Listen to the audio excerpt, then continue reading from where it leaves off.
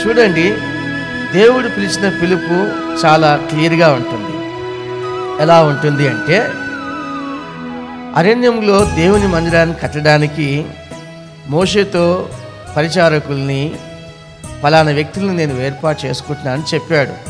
నిర్గమకాండం 35వ అధ్యాయంలో అహోలీయాబును బెసలేలును దేవుడు ఏర్పాటు చేసుకున్నాడు. వారిద్దరు కూడా ఎవరెవరు ఏ పని చేయాలి అనేది కూడా దేవుడు చెప్పేశాడు. నా ప్రియమైన సహోదరి సహోదరులారా, మరి ముఖ్యంగా మనం గమనించవలసిన విషయం ఏంటంటే, దేవుని విషయంలో ఒక మనిషి చాలా జాగ్రత్తగా ఉండాలి.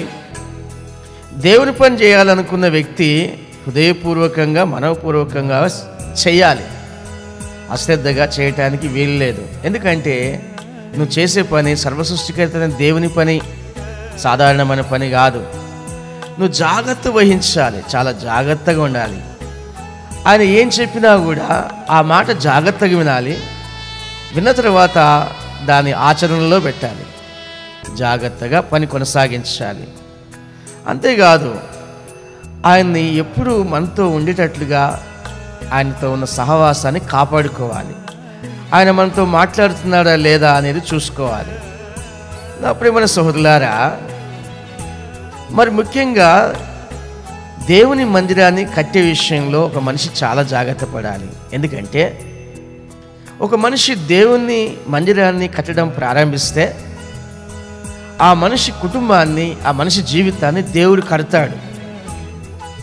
మనిషి ఏ విధంగా బ్రతకాలి, ఏ విధంగా జీవించాలి, ఏ విధంగా ఆ మనిషి స్థిరపడాలో దేవుడు ఆ యొక్క మనిషి జీవితాన్ని స్థిరపరుస్తాడు. దావీదు జీవితాన్ని దేవుడు అదే రీతిగా స్థిరపరిచాడు. ఆ తర్వాత తన కుటుంబాన్ని స్థిరపరిచాడు, ఘనపరిచాడు.